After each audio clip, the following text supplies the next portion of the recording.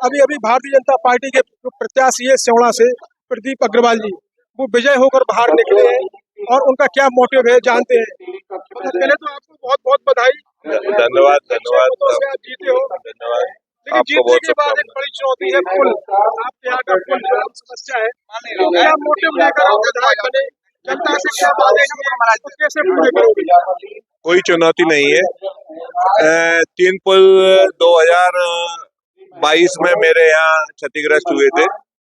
हमारे यहाँ के विधायक इतने निष्क्रिय थे कि वो 3 साल में इन पुलों के लिए कोई काम नहीं कर पाए, सिर्फ कागजी कार्रवाई करते रहे, दुनिया से किसी प्रकार का प्रयास नहीं किया। हम लोगों ने पिछले वर्ष प्रयास करके तीनों पुलों को स्वीकृत कराया, उनका टेंडर कराया और उन तीनों पुलों पे काम चालू है। लगभग 10 से 15 महीने में वो पुल बन भी जाएंगे और उन पे आवागमन भी चालू हो जाएगा, तो वो मेरे लिए बड़ी समस्या नहीं है। पहली प्राथमिकता क्या रहेगी?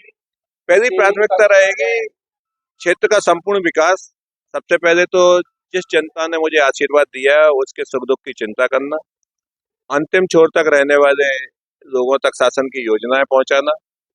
दूसरा, सिवड़ा में क्या है कि विकास की बहुत संभावना है, लेकिन किसी भी ऐसे व्यक्ति ने प्रयास नहीं किया कि हम उनको दृष्टिगत रखते हुए शासन से उनको पूरा करा सके। मैंने 2018 में माननीय उस समय सिंचाई मंत्री नरोत्तम मिश्रा जी थे, तो उनके माध्यम से रतनगढ़ धाम पे सिंध नदी पे एक रतनगढ़ परियोजना के नाम से 2200 करोड़ का डैम स्वीकृत कराया था। 2018 में चूंकि सरकार भी किसी कारण से चली गई और यहाँ से विधायक भी चेंज हो गया, तो इन 5 वर्षों में वो डैम का काम जस का तस है और वो शुरू भी नहीं हुआ। मेरा ये पहला प्रयास है कि इन 5 वर्षों में सबसे पहले वो 2200 करोड़ का डैम तैयार हो, जिससे कि हम कृषि के क्षेत्र में आगे बढ़ सकें। दूसरा, व्यापार के क्षेत्र में भी सिवड़ा में अभूतपूर्व संभावना है। वहाँ नदी है, बिजली है, हमारे पास आवागमन के साधन नहीं है।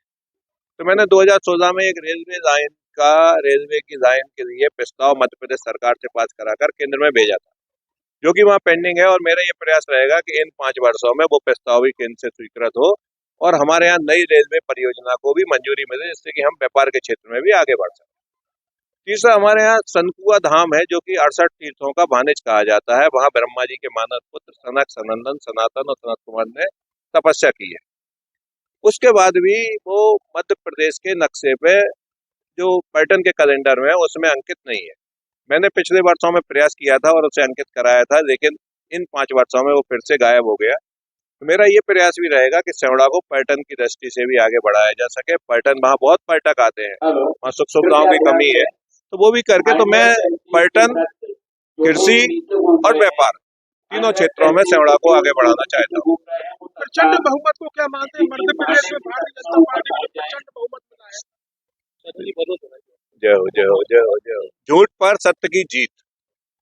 कांग्रेस सरकार झूठ का पुलिंदा है।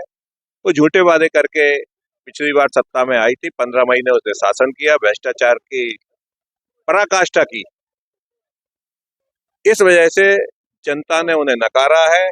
इन 3.5 वर्षों में हमने कोरोना काल को भी झेला है, अन्य त्रासदियां भी झेली हैं, बाढ़ की त्रासदी भी झेली है। उन त्रासदियों में मध्य प्रदेश की भाजपा की सरकार ने पूर्ण मन से, पूर्ण मनोयोग से जनता की सेवा की है, जनता में भरोसा जताया है, जनता ने हम में भरोसा जताया और इसी कारण से 2023 में हम प्रचंड बहुमत से सरकार में आए हैं और ये जनता का भरोसा ही है कि भारतीय जनता पार्टी जो कहती है सो करती है। प्रचंड बहुमत के पीछे किसका चेहरा है?